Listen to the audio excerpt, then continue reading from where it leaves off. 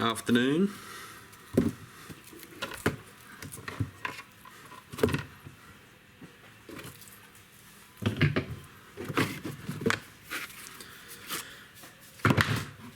Whoa. So I picked this thing up for probably too much money, considering what it is, but it's a Blackface champ.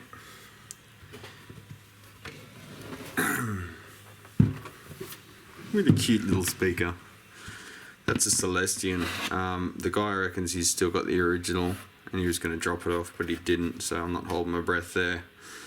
That works. It had some crap in it, which I blew out with compressed air. It was like just vibrating around in there. It made me think the speaker was defective, but it was just crap floating around in it. Yeah, all the hardware is pretty rusty, but I think it looks kind of cool like that. The corners have pulled back a little bit. There's a little bit of a seam showing there in the Tilex, likewise in all the other corners. It's been kept. It looks like in someone's garage, probably coastal town, because everything's rusted on the outside, but on the inside of the chassis everything looks clean as.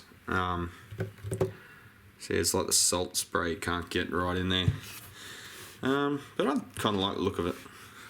I think it looks cool and old and shit, but cool.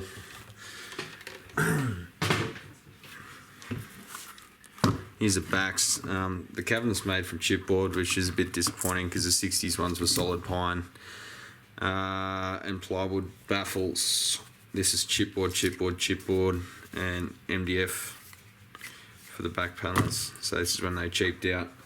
So that leads me to think it's probably a late 70s, maybe early 80s. It's a bit hard to tell with the export amps because they didn't follow so much the lineage of all the American ones, which makes them a bit harder to track down. There's guys who specialise just in the export stuff and its history. I don't know. I don't get that much into history of amps and guitars and whatever. I don't know, I was just sort of following the nose that I've got this amp, I need to fix it, you know. It's I've been getting a little bit more into them since I've been building them, just figuring out what happened to the circuits over the time. But yeah, I'm not a big history guy when it comes to the various companies' stuff I fix. But anyway, grill's alright, it's got a little rip there. It's sort of a bit frayed in some spots, but I think I might leave it like that. It looks pretty cool. I don't really want to go putting brand new fresh grill cloth on it when the cabinet looks so old and funky. It'd look a bit weird, I think. If it starts to like rip around the edges or something, I might look at replacing it, but yeah, looks alright.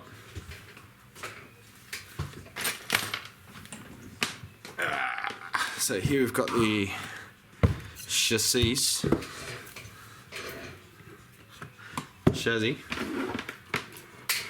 It came in without a recto tube, so I chucked one in. JJ's a little bit loose in there, but the contacts are tight. It's like the contacts themselves have a bit of play in the socket, but the actual valves got good connection. Should probably put a retainer or something on it. Same with that one, that's already got a retainer. You can see everything's really rusty. The spring in there is pretty rusted. But everything that's been plated is really good condition. I mean, that's like some zinc coating on it and it's fine. Normally they're a bit more funky than that, but that's pretty good. Transform's a little bit rusty. I was a bit worried that was like schmoo leaking out of it, like potting, like it got too hot, but it doesn't seem to. Had it powered up for a long time and it was fine. When I first got it in, I checked that there was no shorts or anything, and just take that out because it's a bit taller than the others, so I can flip her over. Now it doesn't look like anyone's been in here before, which means the caps are probably well rooted. All the resistors appear intact. I have checked this, that it's not charged, by the way, but you know, for the sake of safety ad nauseum, let's check it again, eh?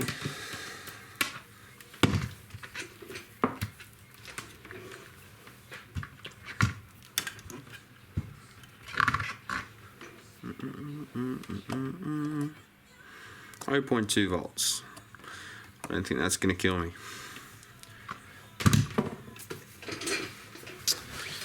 Yeah, so it looks like all I really did was I took it apart when I first got it.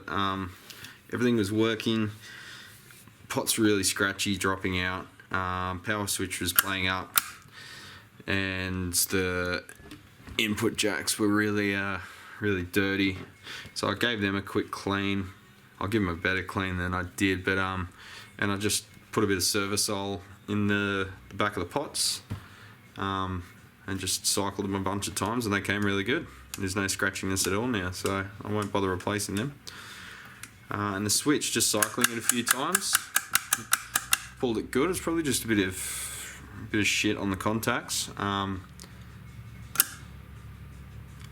Probably could replace it. I'll see if it gives me any troubles. If it starts getting warm or something, it's a big issue, and I'll change that. But since I flicked it a few times, the spring might have just been stuck, because I noticed the first time I flicked it, it went, and then there was like a delay in the click, so it would go like click, click. So it was like the spring was stuck, and then you flick it over and it gave up at like half a second later and flicked over. So after that it was alright.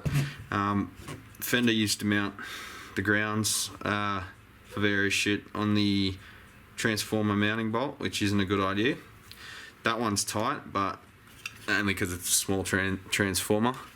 If that was any bigger, it'd probably loosen off in time, and there goes your ground. But it looks like, I'd say, looking at the flux everywhere, it's got the same colour to it, and it looks like it hasn't been touched up. They probably know that, and to mitigate it, they've thrown a bit of solder on the end of the tab as well. Now the solder it's not really a mechanical connection. It's like, here's solder, you know, it's just snaps. It's not tough stuff. So you solder a bit of wire to something, you can just lift it and basically peel it off with pretty minimal effort, and then add to that vibration, shit just lets go. So I might mount them. I mean, there's a screw hole right there. I could just move it over there and just have that a sole transformer bolt, and same goes for the safety ground over here. There's another hole right there. It's like that was meant for it, and they were lazy or something and didn't use it. So I'll just move that there, and I'll probably put nylock nuts back on. Those little star washers, they're good for tiny stuff, but they do really bugger all. And same with the split washers, they do bugger all with anything that's got a bit of weight to it. So nylock is the way to go. And yeah, I'll change the caps. That's a can cap, so you've got 3 capacitors in one. That was a Mallory, can't get them anymore. 450 volts. It's a 40, a 20, and a 20. Now that's another weird thing. Every circuit I looked up for this thing shows okay, so the power comes in here. That's your first cap, second and third to ground. That's your high voltage line. 20 20 20. So this has got a 40 20 20. So 40 is actually above what that rectifier valve, the 5Y3, is supposed to have. I think they max out at 30 microfarad. If you have too big a capacitor, there's a rectifier there. The first capacitor it sees is that terminal, because there's 3 capacitors in one. If the capacitor is too big, it can damage the rectifier and make it fail. It can't handle the massive load given by that first cap. So what I'm going to do is change the values of those caps. I am going to keep 40, or well, 47, close enough. Capacitors tolerance range is massive. Electrolytic capacitors anyway, they're like -20 plus 80%, so the value doesn't mean a hell of a lot. You can test them, but under load they react differently. But yeah, it's just one of those things. They don't have to be accurate. It's not what it's about. So I could go and get another one of these can caps, and I'll show you the products on offer. I should have looked this up before.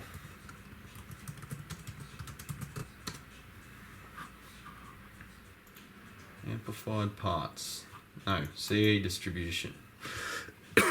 There's a company that makes capacitors that look just like that in an aluminium can in multi-section, and they make them in values that Fender used to use, so you can directly replace them. But they're stupid expensive, and I think you gotta be a like a distributor or something. So can you see that? Yeah, you can see that. All right, so that's these ones here. CE Distribution is the company.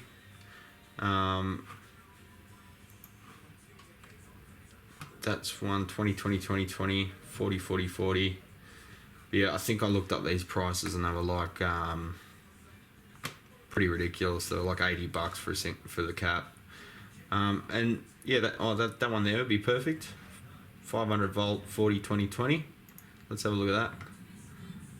And then I looked at the specs. -10 +50, that's fine, but 55 degrees temperature rating, that's a deal breaker. And it says to exact Mallory specs using original Mallory machinery. So does that mean that this Mallory was like different machinery? I don't know. I mean, it says 90 degrees, this one. It's got a marking there, 90 degrees C. So that must be rated to 90 degrees C. Now the rating on caps is a bit funny too. The way they do it is they give you a certain amount of hours of expected lifetime at a temperature. Now, depending on the cap, there's like a graph. So if you're 10 degrees under that temperature, it might double the lifespan. So it might go from a 1,000-hour cap to a 2,000-hour cap.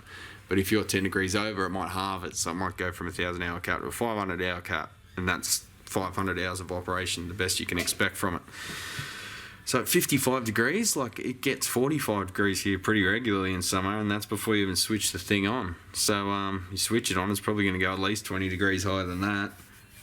So your cap would last like a third of its expected lifespan, and for a almost $100 cap, including postage, totally not worth it.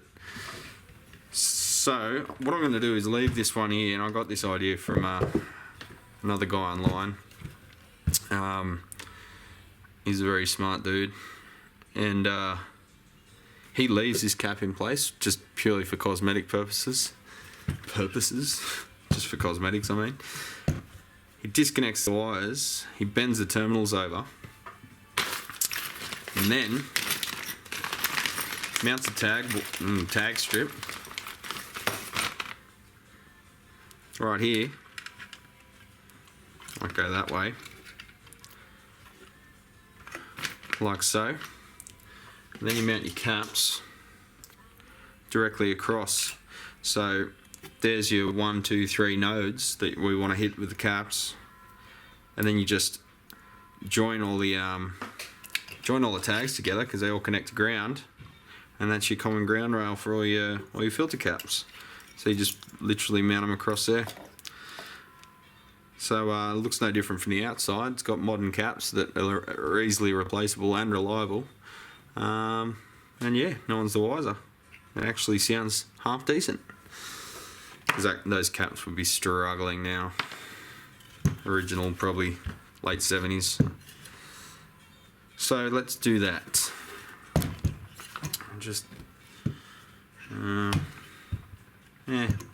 I'll just get something to lift that off the bench a bit. It's getting a bit annoying rocking around.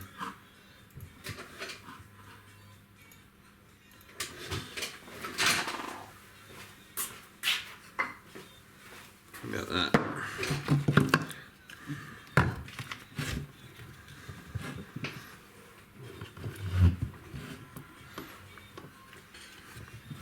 Just need another one of them. Forgot one.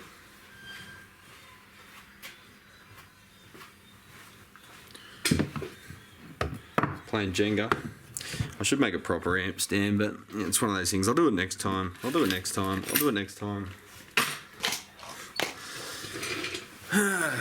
Alright, so got the soldering iron fired up. We've just got to disconnect all of these, pitch the wires off, because I'll just put the capacitor leads straight in there, and bend those over out of the way, mount the tag board, put a bus wire across the whole lot of them. Just grab some of that out.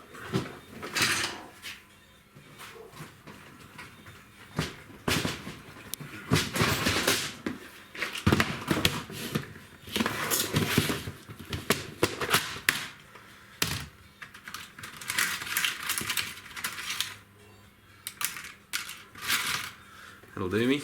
It's a bit heavy, but I will.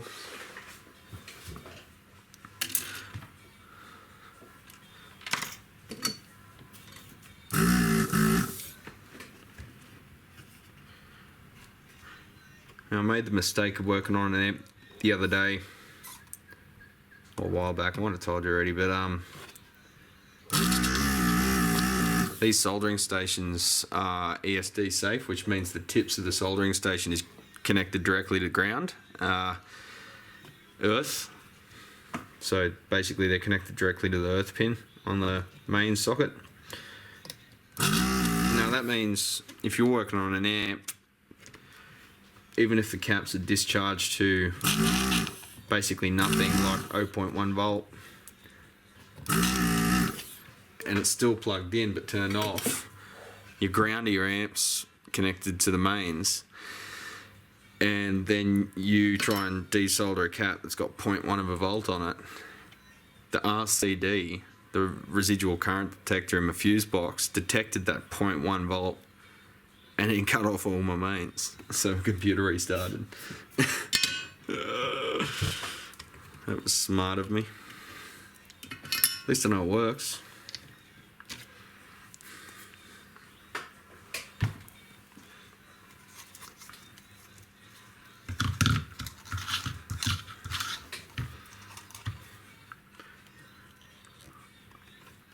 So these original caps, the earth terminal for all those caps is common, and it's actually the can itself. And you can see they've soldered it straight to the chassis. So that's 1, 2, 3 positive terminals of the capacitors, and the outside is connected to the negative of all those caps all at once. So they're not really handy if you want to get different grounds either. So you got different sections of the amp, you want some local grounding.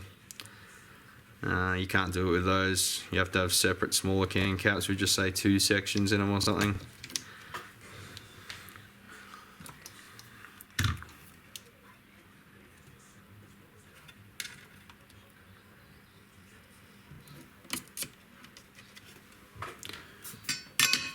This is one of those boards with a wax coating on it. I've already run the multimeter around it while it was running. Apparently these can get conductive over time, and even the wax itself gets conductive. That hasn't happened on this amp. I couldn't detect bugger all anywhere, so that's good. I'd say, you'd think from looking at the outside it's been in a high humidity place, but I reckon that's probably salt water. In Australia it doesn't get that humid in many places. We're in a drought at the moment, so everything's dry as. So we don't seem to have a lot of problems with conductive boards. I don't anyway. The ones I see that do give problems is the ones that totally cook themselves, like the Marshall TSL series. The board actually becomes conductive not from moisture, but because it starts to carbonize itself.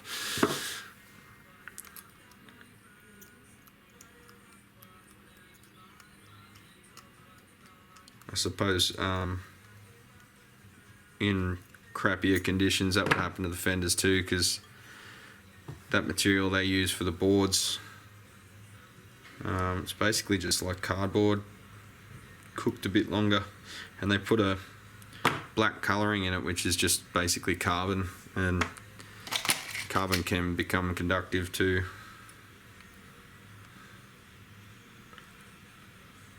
these caps are okay, but I often find when you order them, the leads are bent over real sharp right at the end, like they've just been stuffed in, and that's not real good, because that's going to create a weak spot that could break right at the critical part of the cap that can't be repaired. That one's not too bad, but sometimes they're bent right at the root of the cable there, and that's not great. The more times you bend copper, it does a thing called a work hardening. So you bend copper back and forwards, it breaks real easy, it becomes brittle. That's like metallurgical shit. I don't know much more than that, but right. Let's play shove the cable in the hole.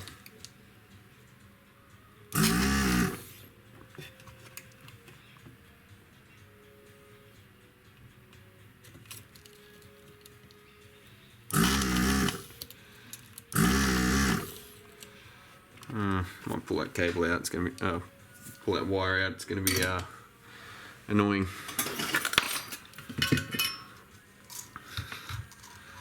The resistors appear fine, but I'll test them. They're not showing any evidence of like changing colour or cracking or anything like that, like the carbon comps sometimes do. I could just change it, but I want to just leave shit on this thing and change the stuff that I know is going to play up in the future and leave everything else. You know, because it's vintage-ish. Alright, that's going to be annoying.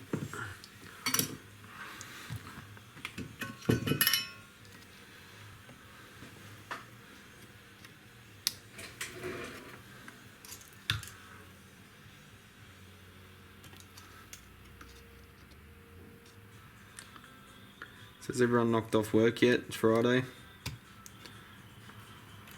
Even if you're still there, you're probably mentally knocked off. Australia. You fucker, you blocked again. Jesus.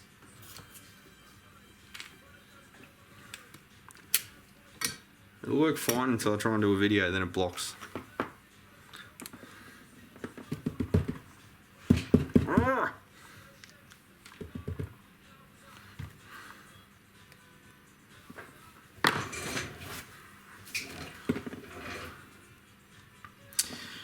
So I did a video on the Orange Dark Terror last. Don't know if you watched it, anyone, but I have had trouble because I'm just doing this on a little laptop in the garage, and it struggles to record and stream at the same time if I record in high def. So what I do is I record on my camcorder in high def because it doesn't care, it records anyway and just spits out the stream. And I realised all the stuff I was doing on the screen, showing schematics and whatever, that's all in the computer, so the card didn't pick it up. So I'm sitting there like an idiot talking about the schematic that I've got in front of me. Well, on the actual screen, you're just seeing nothing. So I've got to play with the settings because it seems to be right on the edge of its capability. I don't know if it's the laptop or our internet. It could be a combination of both being shit, and that's why I can't record and stream on the computer at once. It's better, but it's right on the edge, so I sort of had some success tweaking the settings, but I don't really know what I'm doing.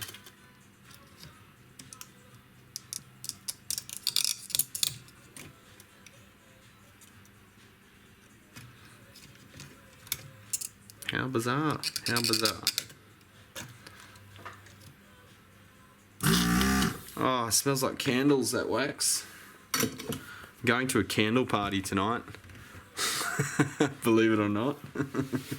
I'm not. I'm just tagging along because the missus is going. I used to go out all night in the city and create havoc, and now I'm going to candle parties. That's alright. Mate's missus, who's hosting it, does really good homebrew, so mate's missus? Mrs. Oh, mate. Hang on. My mate, missus, is doing the candle party, but that mate makes really wicked homebrew. There you go, bend them over. Now that's out of use. And we've cleared a path to put our leads through. Kind of sucks having that wax on there because now you can see where I soldered. Maybe that's another reason why they do it, show whether the amp's been fucked with or not. Because they solder all the leads onto the board, wax dip it, and then cut the leads off and connect them. They don't solder anything to the board after it's been waxed. So I guess it's another form of, like, yeah, I don't know about warranty back then, but it's another form of tamper detection. Alright, I'll grab some hardware out, a couple of screws. You're just relaxing, Kev. That's a lot of relaxing.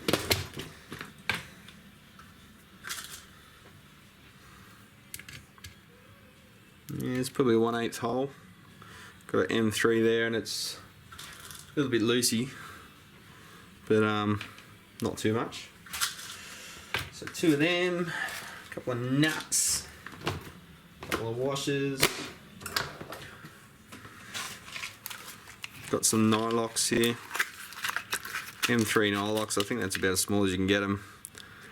So they don't come undone by themselves if you use them correctly.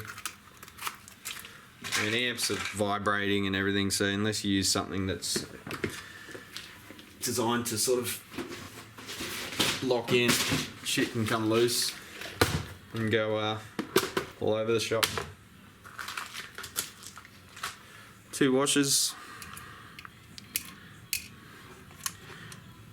What size is that? Yeah. Well, that's sort of, I might stick some, because it's going to be my ground as well, I might stick some star washers in between, so they bite into both metals, these little buggers.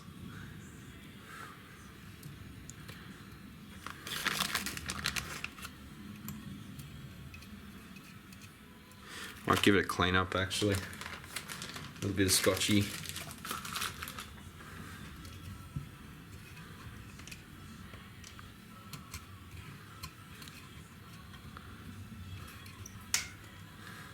Yeah, mine does that too sometimes, Kev. I think that's the feds are on here, tracking your position from satellites.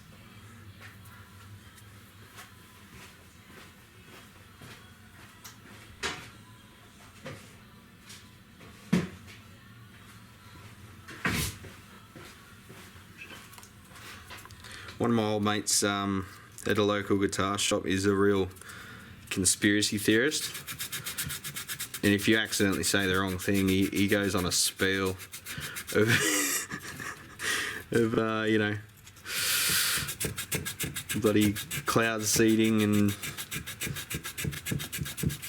chemtrails and whatnot. People think chemtrails are there to make us dumber. I say we don't need chemtrails for that. We're already doing a bang-up job ourselves. I mean, speak for yourselves, eh? Like, oh, chemtrails are there to limit our IQ. Well, speak for yourself, mate. There's people that are pretty fucking smart, and they're breathing the same air. I think it's just an easy excuse.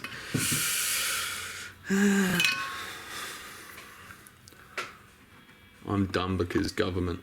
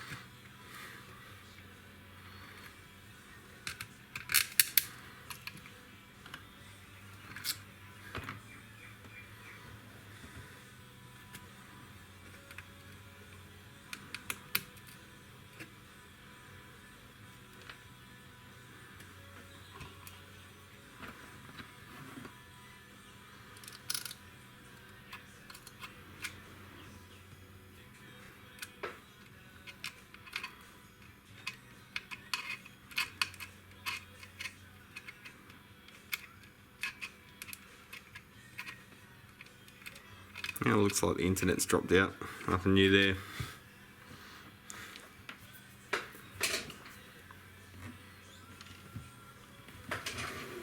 On the washer.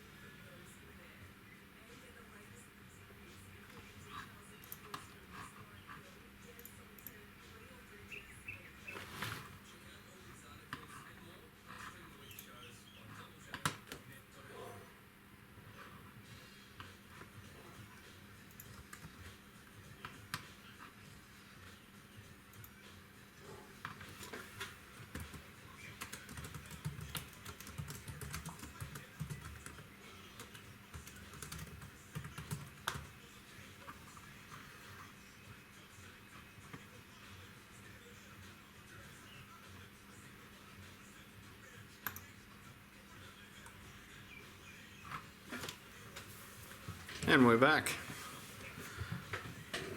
As soon as we talk about the government spying on us and chemtrails, the video cuts out.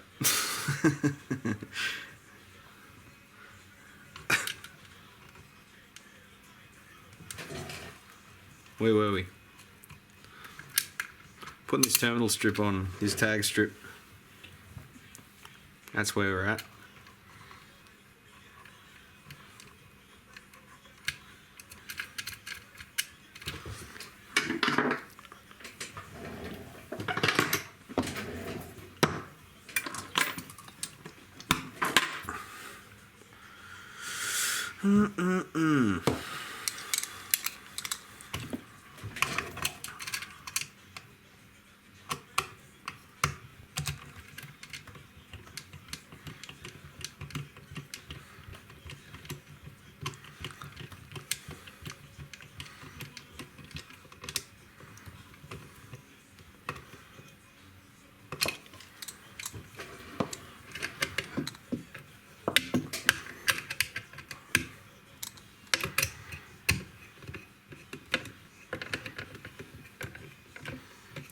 Actually, you know what I might do?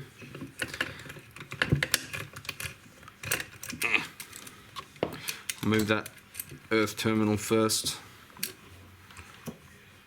because it's going to be a prick to do if I put this in first.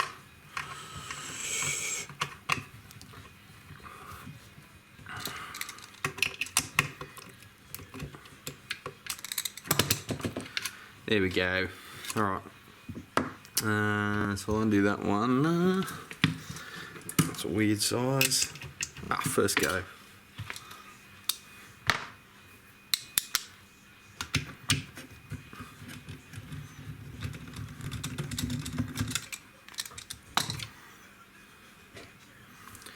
Looks like the video stream stopped again. Fuck's sake.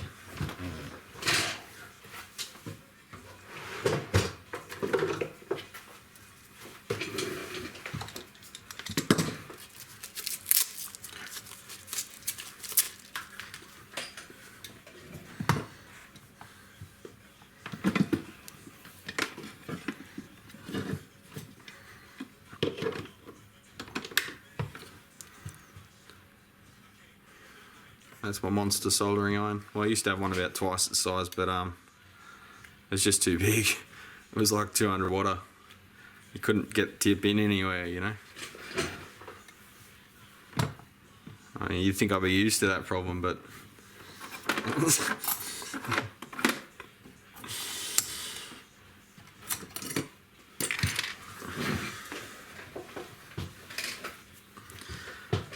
alright, wait for that to warm up. Remove this other one.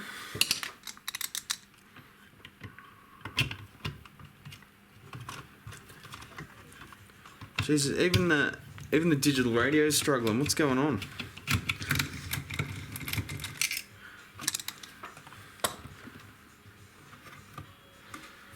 You getting there? No, this thing needs ages to heat up.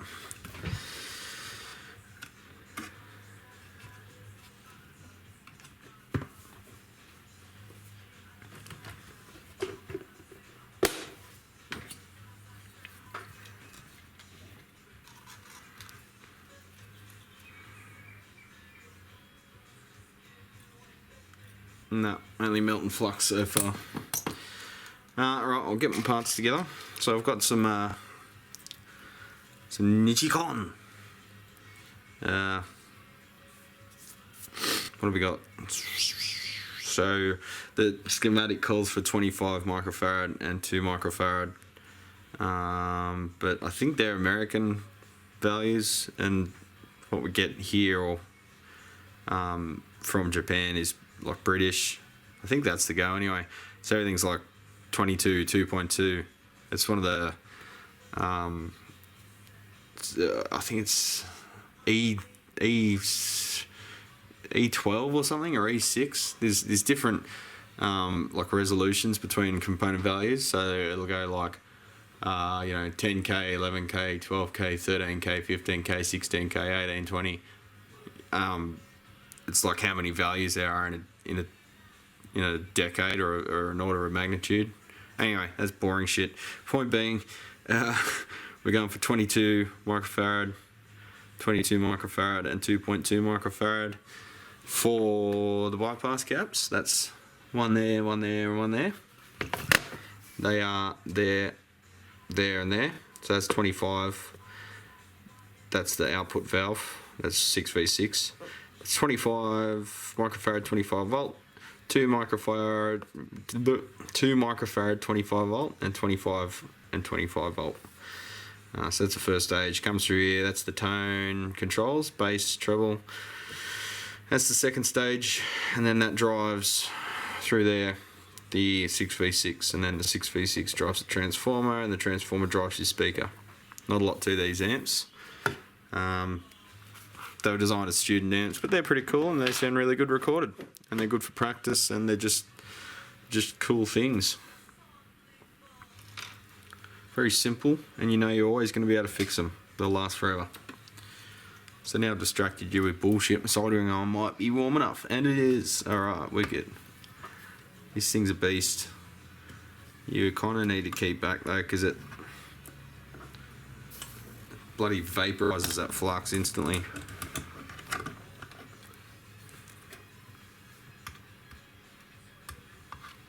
See, that was barely stuck on there. There's a big blob of solder, but there's a tiny little contact patch under it. That's what I say about thinking that solder is glue. It's not.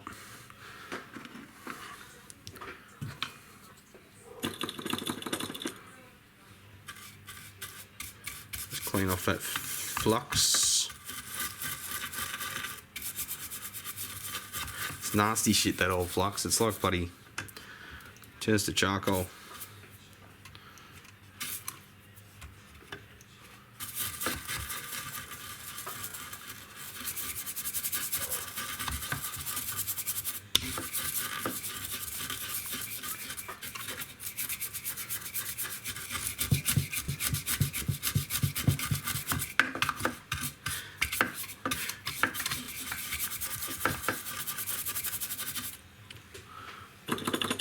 I already fired this thing up and it does sound pretty cool.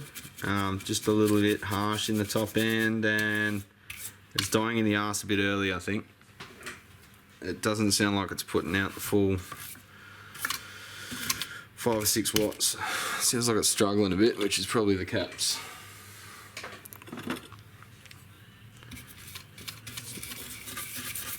It's not the most sensitive of speakers either, but can't all be as sensitive as me.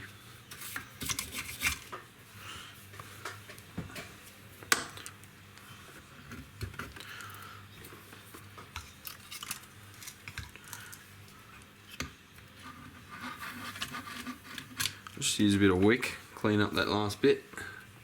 Wherever it is, there it is.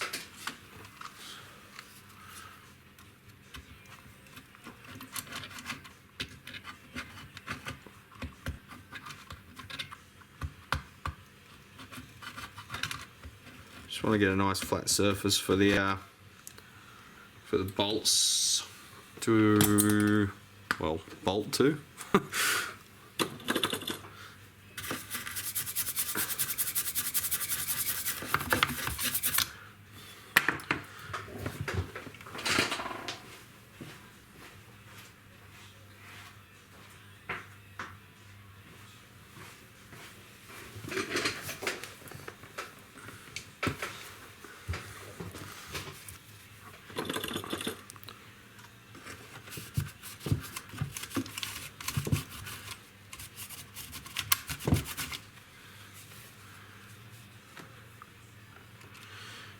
Right, so I want to reconnect that one.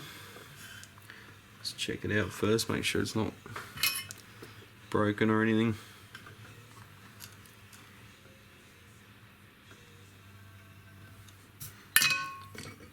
Get the excess blob of solder off there from the previous chassis connection.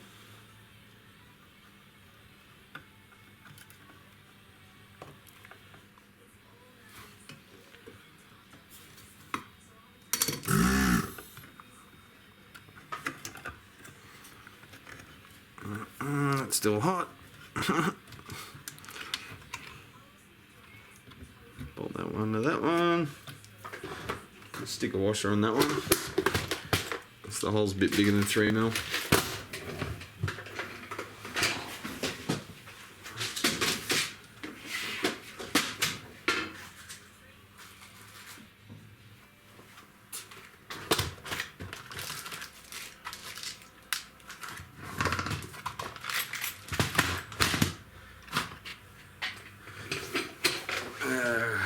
Right.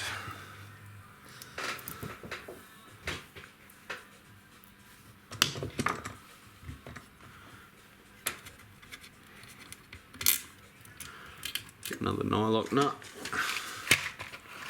You can't have enough nuts and bolts, eh? As soon as you think you've bought, you know, $500 worth of fasteners, you need something else.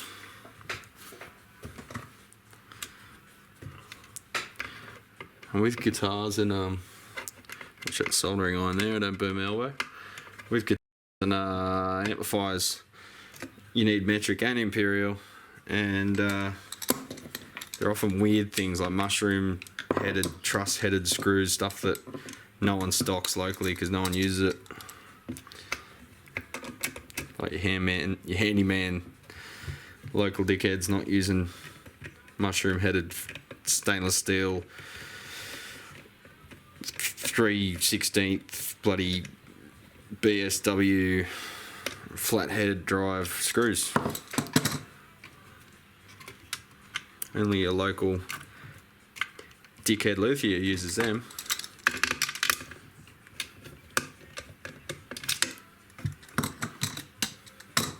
Me.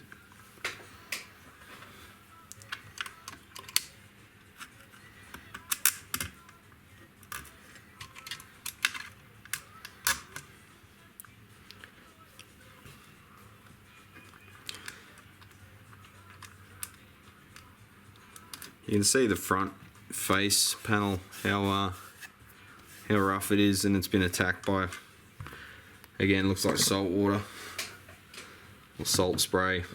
You live near the beach, all your appliances and everything, you're replacing them every 3 years, eh? So add that to the cost of your beautiful oceanfront home, the fact you're buying a new TV every second year, and everything else. Anything bare metal, it attacks.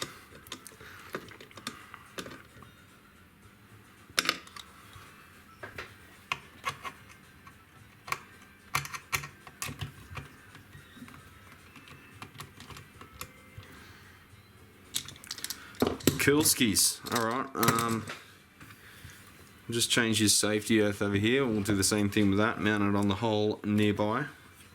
Try not to melt any wires in the process.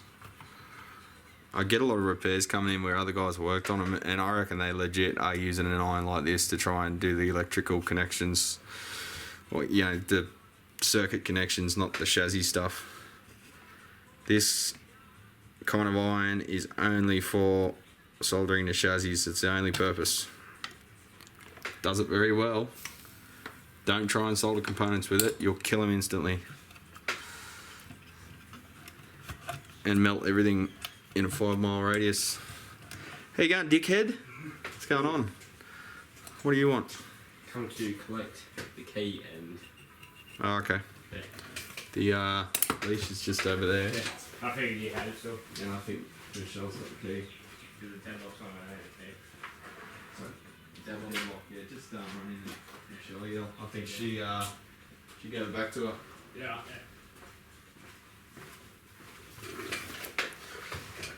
Next door neighbour.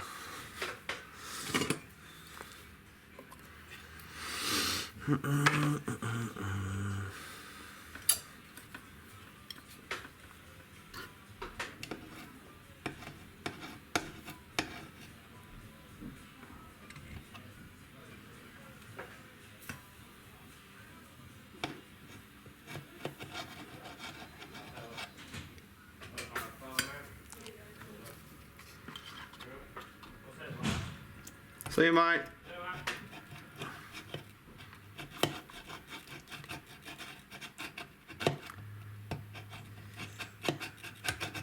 Oh man, that flux is messy. Just goes black, that stuff. Bit of alcohol again.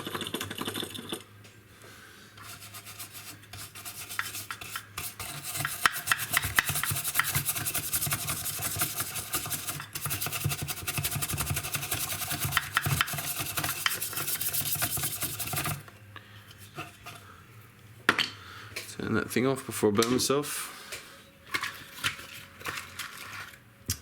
Another screw.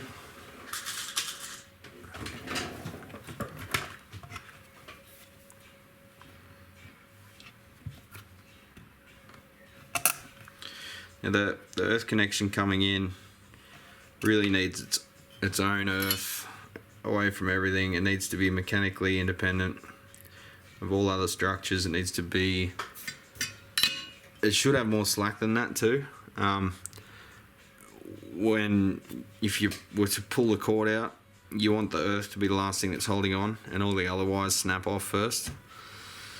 So then it'll trip your RCD if it shorts out to the chassis.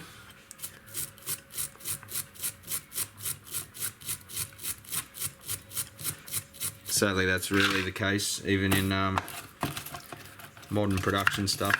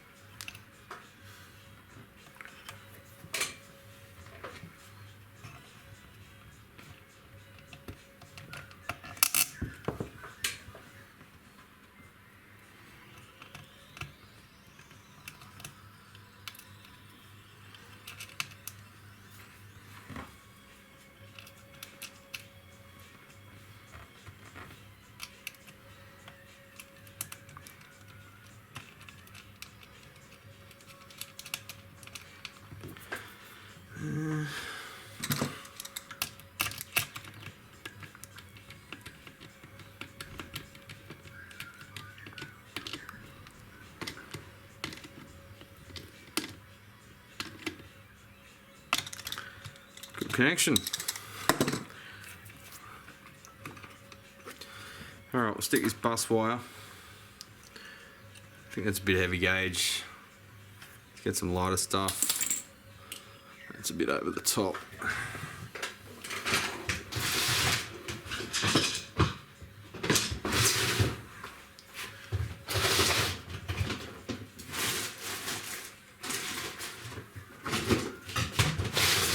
That'll do.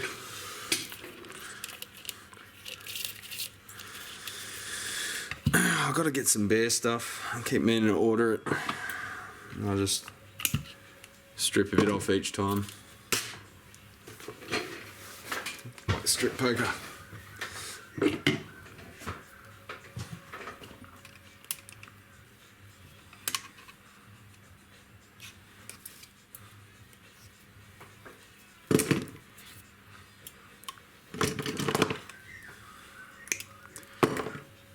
Probably would have been smarter to do this before I fixed it off. Oh well.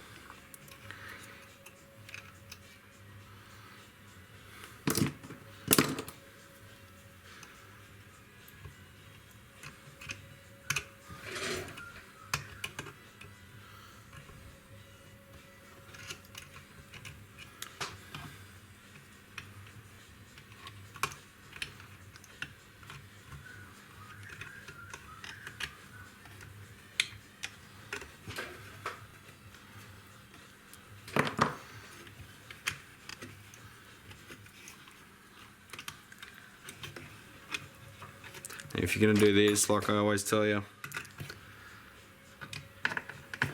for Christ's sake, make sure you're poking your tongue out at an angle. You'll never get it right.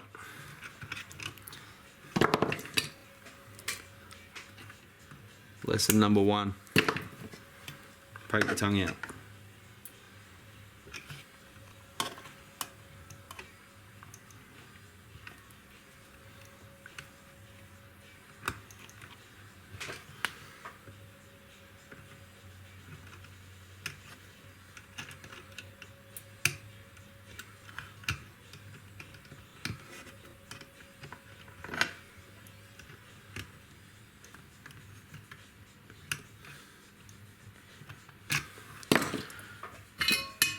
Right, link up those tags to that bus wire.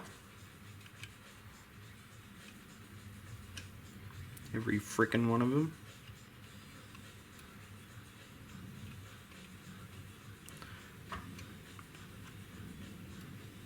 Probably could just do the ones I want, but saves it from rattling around.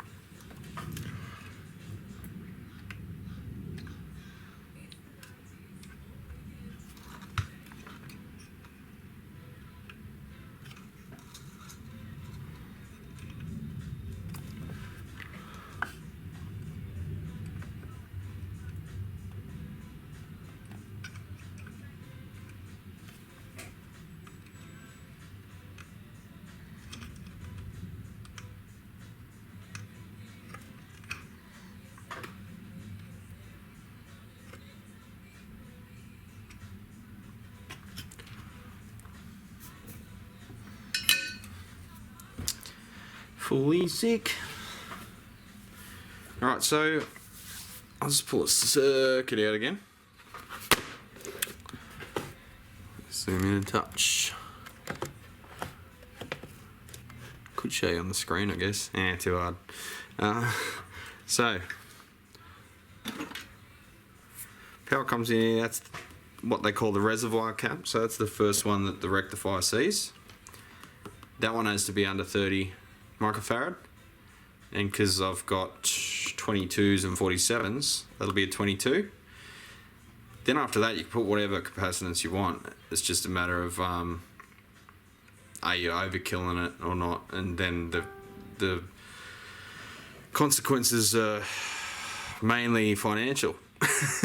So I'm going to go 20, 47, up that one a bit, and then go back to 22, 47, 22. So the rectifier's not seeing the 47 as the first thing. It's got that resistor between it, which is a 1K, 1 watt. And that's that one there. So let's do that. So that means there'll be a 22 either side, 47 in the middle. 47, and that's the plus there. So that'll be lining up to that center hole. 22 will be there, lining up down to this hole. The other 22 will be there, again lining up to there. It's going to be a bit tricky to get everything aligned correctly. Of course, it kind of wants to be between every terminal, doesn't it? So there'll be a little bit skew-if. I'll try and make it look as good as I can. Let's start from one end.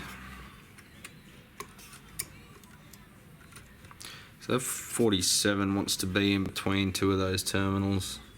Sort of there, it's on an angle, there, it's on an angle, so it wants to be there, but too hard. So I'm going to put it on a bit of an angle. Might go that way, that way, that way. It's all going to work, it's just what looks pretty.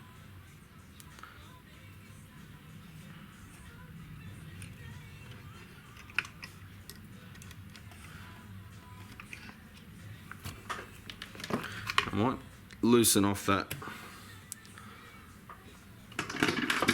fiberboard screw there, just so I can lift the board up a touch, make sure my leads are doing what I want them to do on the bottom side of the board.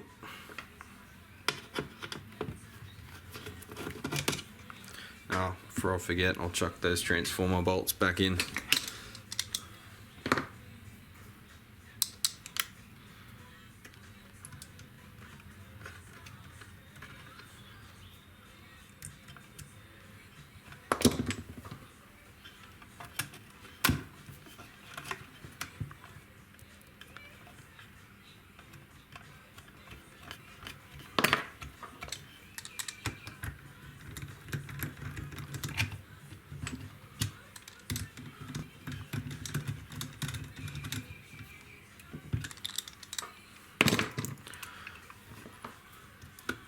Alright, so I've got a bit of movement there now, that's good.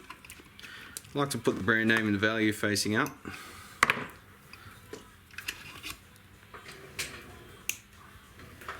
Just because it's easier for whoever replaces them next time in the next 20 years. If we have capacitors then. Flux capacitors.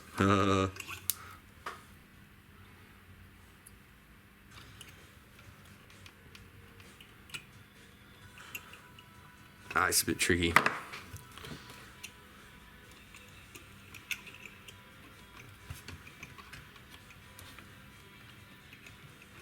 Here we go.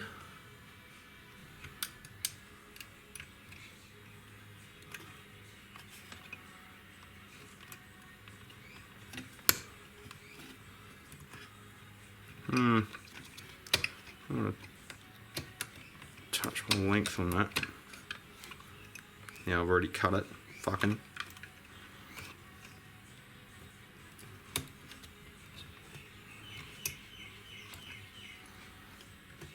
That'd be right. 22, 47. Make sure I get the polarity right this time, not like the last video I did on that messer. When you're doing a video, it's really hard to concentrate on what you're doing, especially when you're trying to talk shit, keep people interested. It's very easy to miss stuff, but that's why I check everything over before I power it up off screen. Not quite that ballsy yet.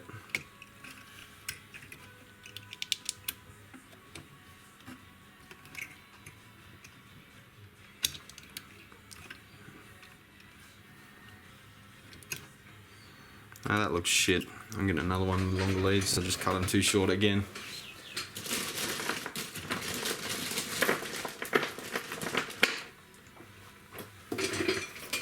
There's another $10.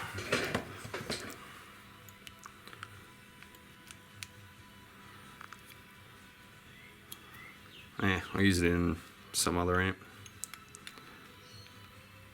with it mounted directly on the board.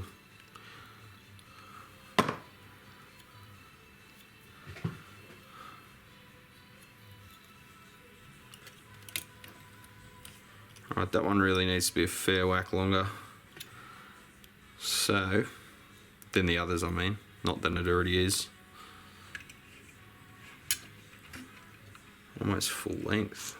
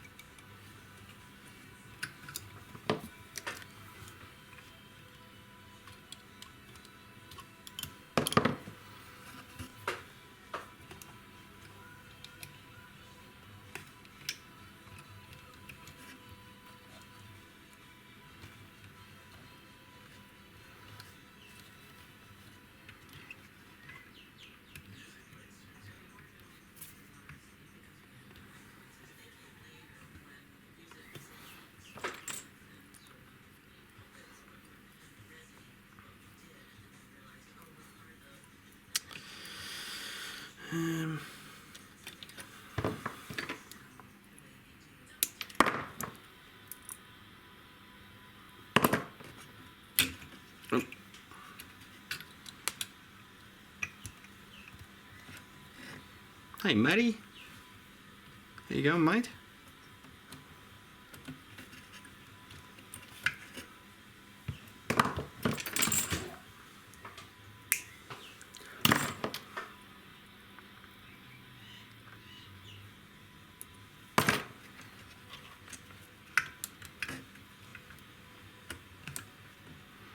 Oh, this is fucked. Ah, that's why it's fucked. Screw was holding it up. Get on your fender, dickheads.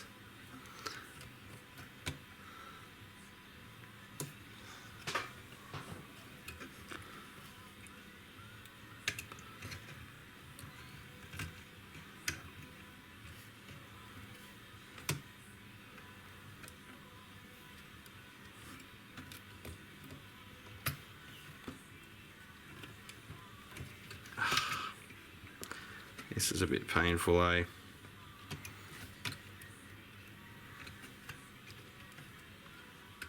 Everything's loose and wants to give. Alright, let's get those resistors back in. We'll whop some solder in there.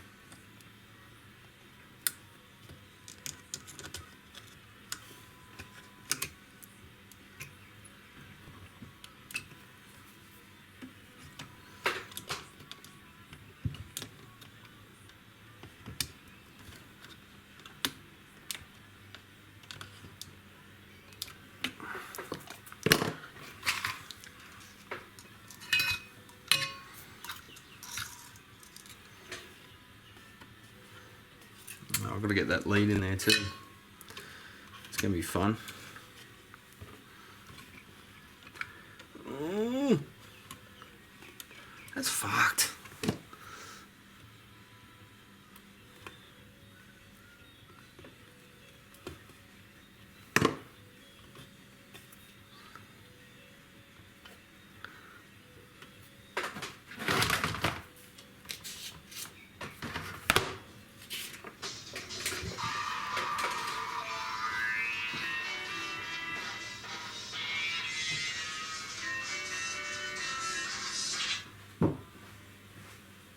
Talk to you later.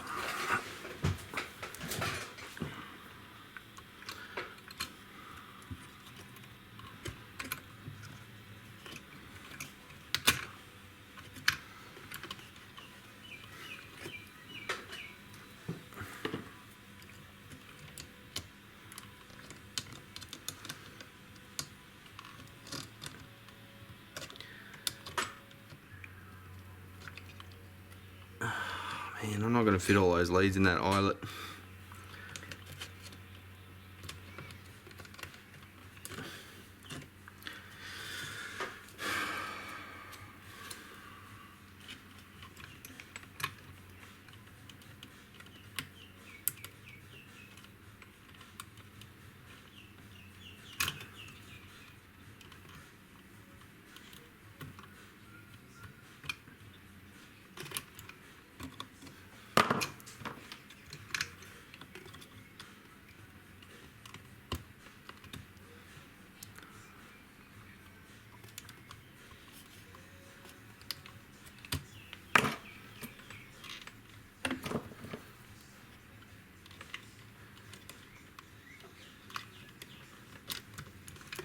Got one in.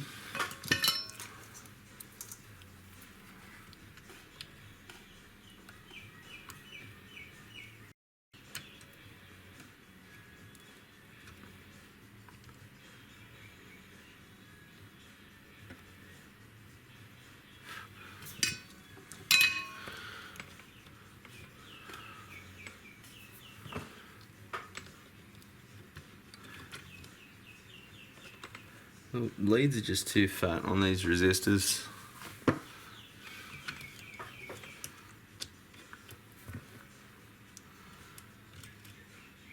They're like 14 gauge wire.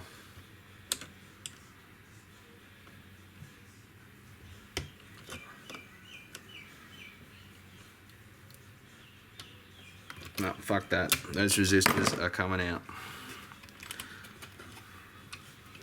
Sorry, vintage gods.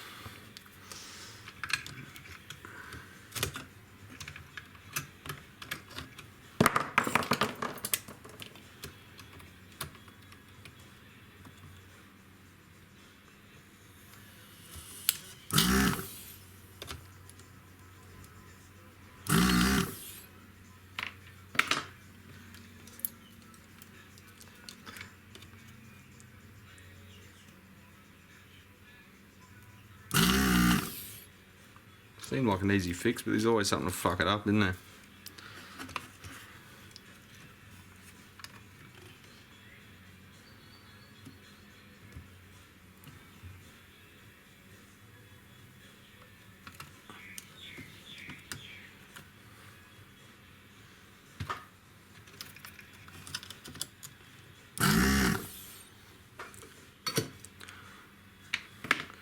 So I need a 1K.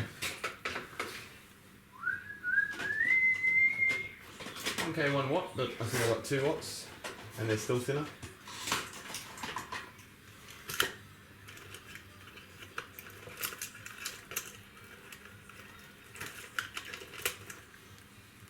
One.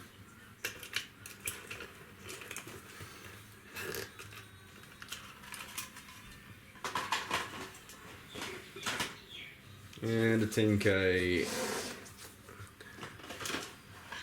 2 watt.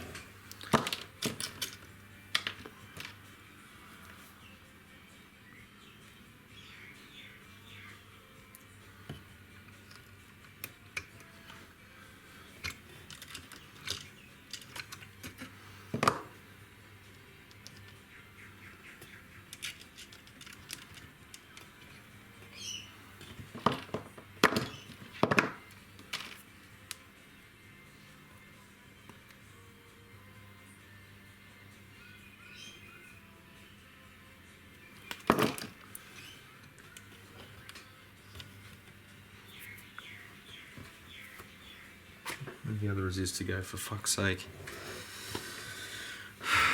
There it is.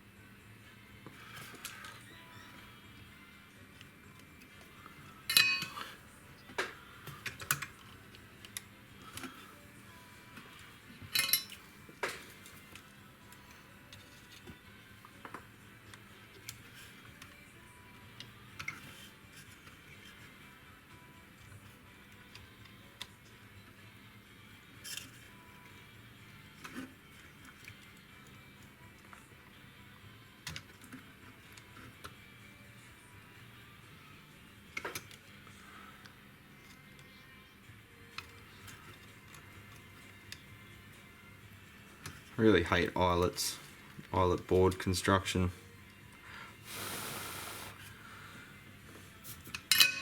You can't get to the bottom of the board. You can't make sure your leads are folded over. You can't see if anything's shorted out underneath. The eyelets always seem to be 1/3 of a millimetre too small to fit all the leads in. I made a few amps with it and just bumped into all these problems, and they're just shit. I'm just going with turrets from now on. Or if I was smart, PCB, but I'm not.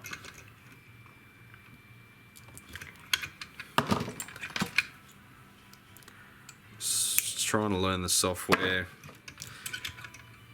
to design circuit boards and get them made overseas and shipped over, but oh man, it's just such a learning curve. I don't have time.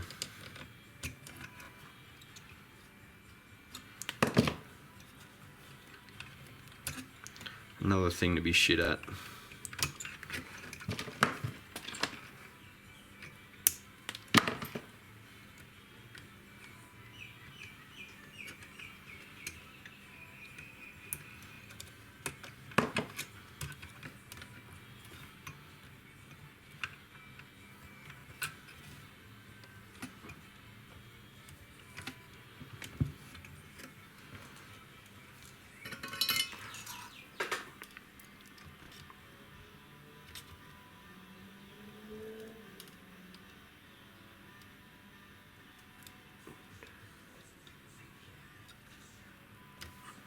Wicked, they all fit. Those leads on those other resistors were really fat. For a 1 watt resistor anyway. These are 2 watt and they're thinner because they're modern.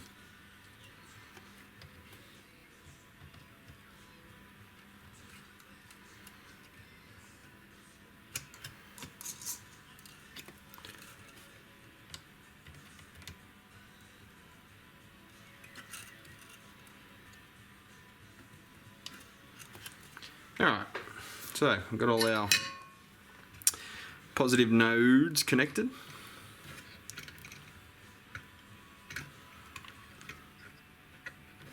Let's connect our negatives.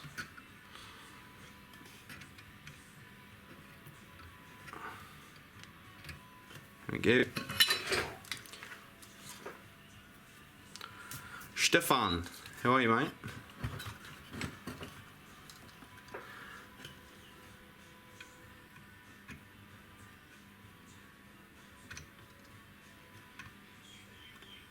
Yeah, Andrew, no drilling on that. I don't know. This amp's not that valuable, so probably didn't matter if I turn it into Swiss cheese, but the holes were already there, so it was perfect.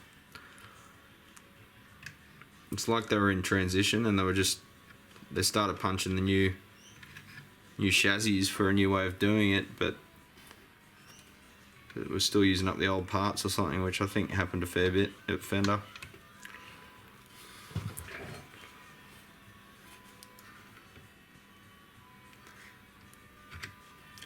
Some nice pretty F&T caps in there. The gold writing. Ready for chooching.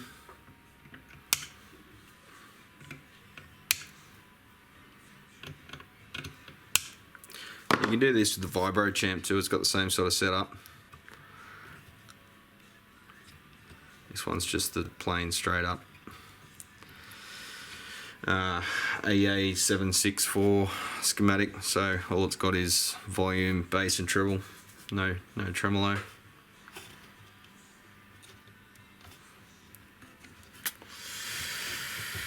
Alright, let's do the bypass caps.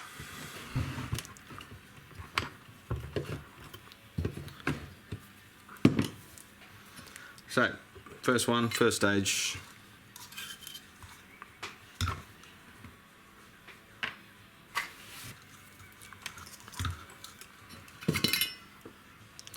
Just connect the positive, which goes straight to the cathode of V1A. That's the first valve. The first thing your signal sees when it comes in the amp.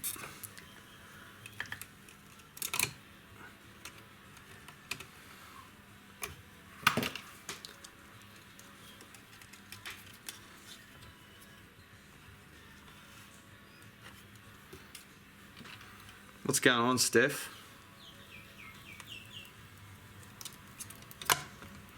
What are you up to tonight, mate?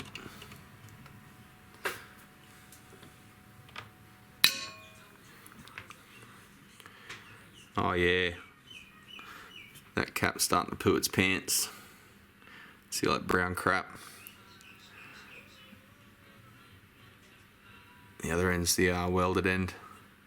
So yeah, the chemicals, it's got like an electrolyte in there between two layers of aluminium foil, basically. And that electrolyte is, I think it's like glycol based, but there's some water in there as well. So it over time it either dries up or corrodes its container and leaks out, and then it's no longer a cap, and they can short circuit. They can do all sorts of horrible shit, but mainly they warm up and they start to fail. They stop being your capacitor, and your circuit performance fails as a result. So they only have an expected lifespan, even in the best case, of about 10 years, even the good ones. Sometimes they live longer, but every day after that's a gamble. It's fine if it's just a bedroom amp, you don't really care. But if you're gigging with this thing, you want it to be reliable. You should anyway. Let's get a better camera angle there. There we go. No, it's not Chinesium, Steph. It's pure American cheese grade.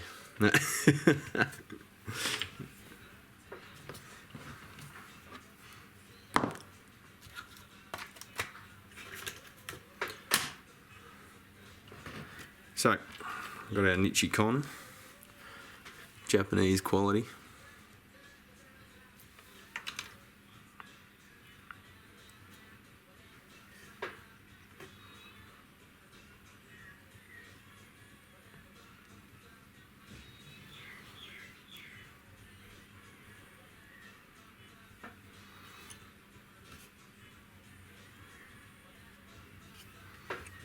Yeah, it's about right. I'd rather leave a little bit spare on there than have to grab another cap, because that sucks.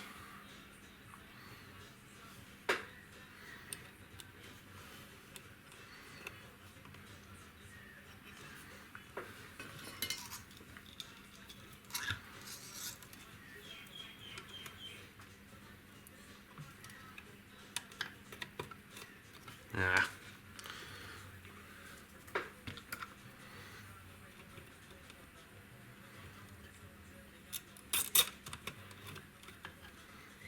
Beauty.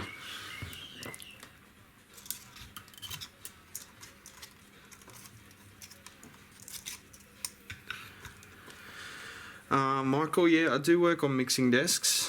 What do you got?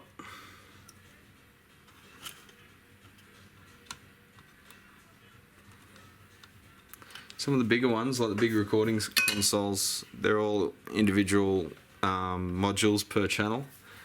So you're talking like, to give one of them an overhaul, man, it's like a week's worth of work, if not more, like full-time week. Especially if there's anything that needs replacing, and then your figures just go through the roof. So recording consoles are like, I don't know. These days, I think they're going the way of the dinosaur. I don't think you'll have any large format consoles in 20 years being made, or 10 years even. They're just too expensive to maintain. The really good ones last for ages, but when they need service, man, it's a huge job. Which one's that? That's that one. Alright, so that's the ground there. That's the ground, comes up here. And then that point there is the negative feedback. And then that's your bypass cap. And your cathode resistor. And that's your cathode, pin 8.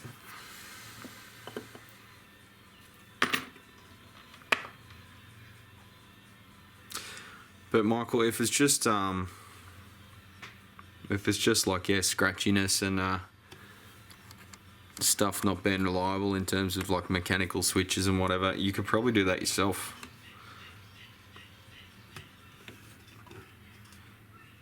Just don't use WD-40. It's time consuming, but it's easy. I don't mind doing it. But if it's a small desk, you could probably do it yourself if you're not local.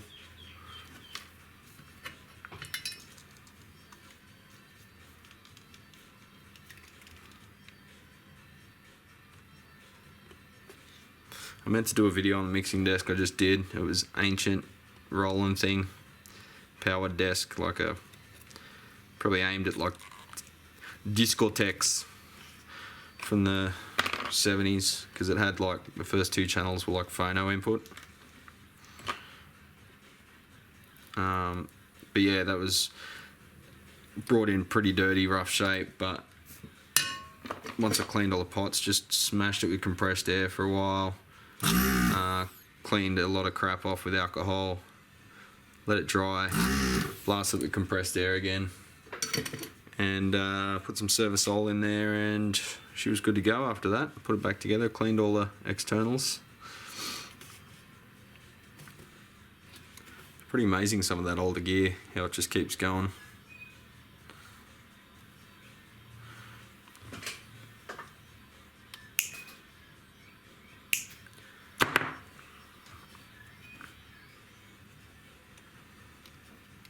Oh man.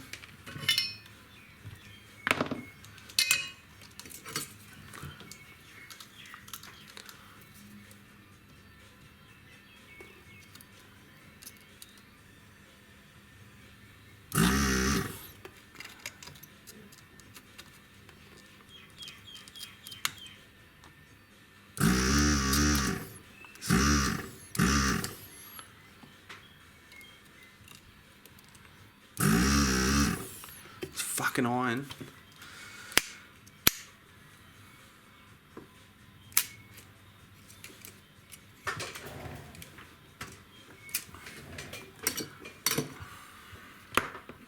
It's time for a new filter.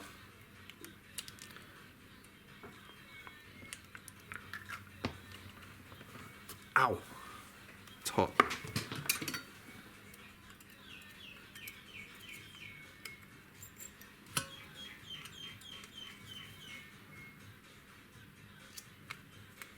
Sorry, I'm just unblocking my desoldering iron. Doesn't make for very great video.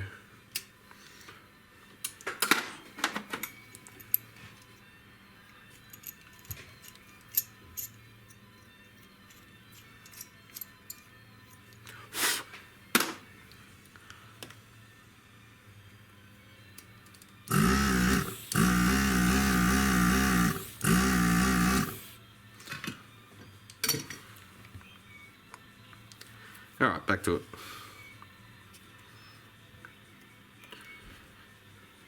So ground on the negative feedback side. Cut a bit more off that lead.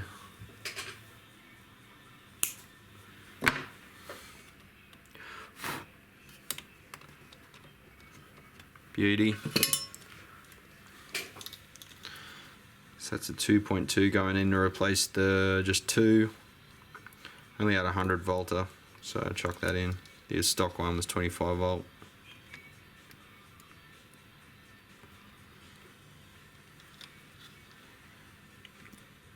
For the same voltage rating, the modern caps are still even smaller than the old ones. Oh, you know, 100 volt cap, that's a 100 volt modern cap. Roughly the same value, that's a 25 volt. And it's bigger. And it's a quarter of the voltage rating, so it just goes to show you how far they've come. Well, you know, these days the tantalum ones, they're bloody microscopic. I might just remove that resistor because it's in the way. Too painful to work around it. I'll put it back after.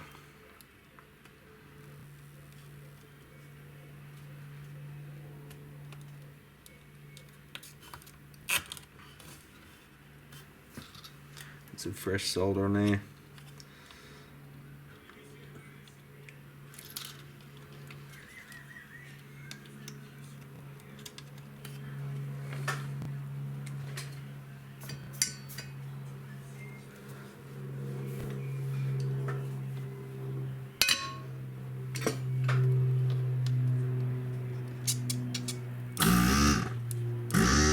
Fucking hell.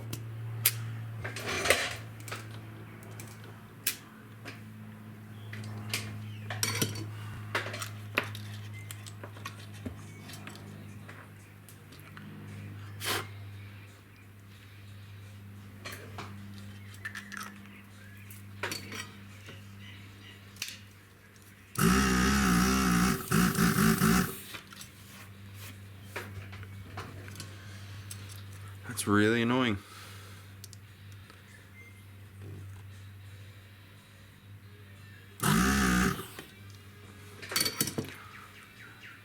Trying to overhaul the soldering station, I think.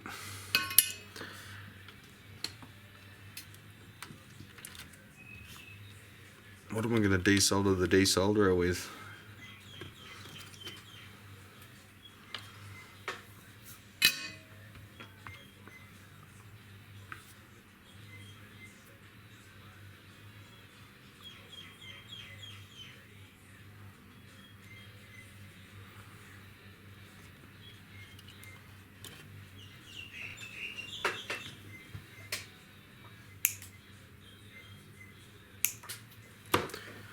Better get a lure, son. Double J's playing 90s music. It's making me realise how old I am. I'm like, oh yeah, that felt like it was just yesterday. Oh no, it was the second ever. Oh.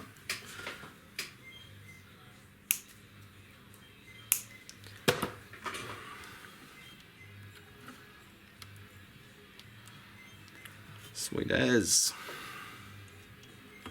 Pop you back in.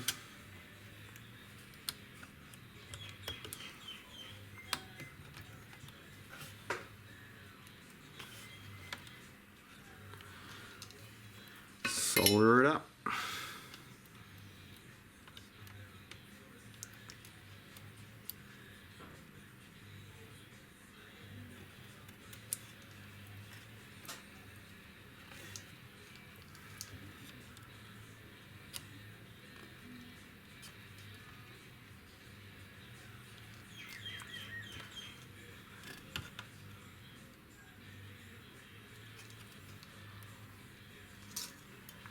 Awesome.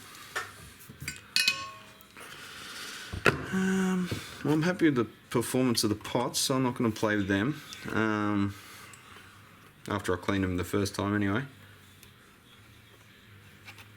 I'll just clean these sockets a little bit, so I'll spin around.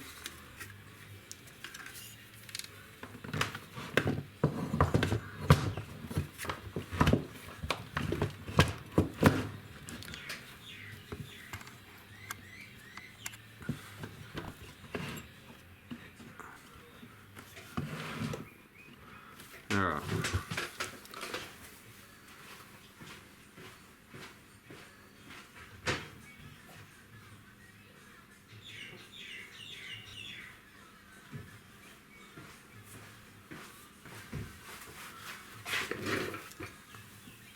I've just got one of these things that's meant for cleaning spray guns and stuff.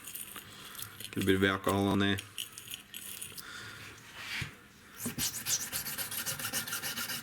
And give it a bit of the old in out, in out.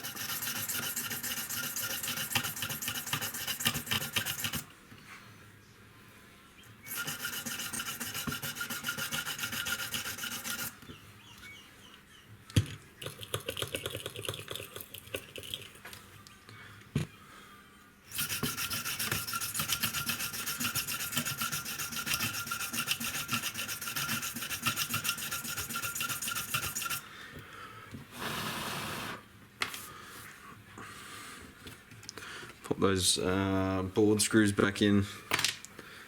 Wherever I put them, they're hiding.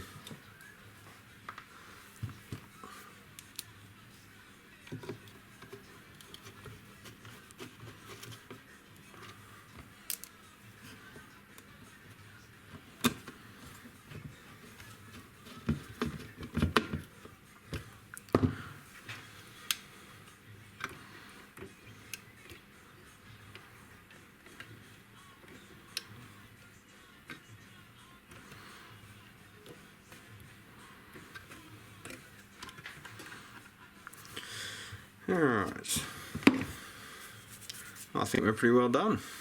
I'm not really going to bother cleaning up the front or anything, it looks kind of cool, all old school. So I might leave it like that.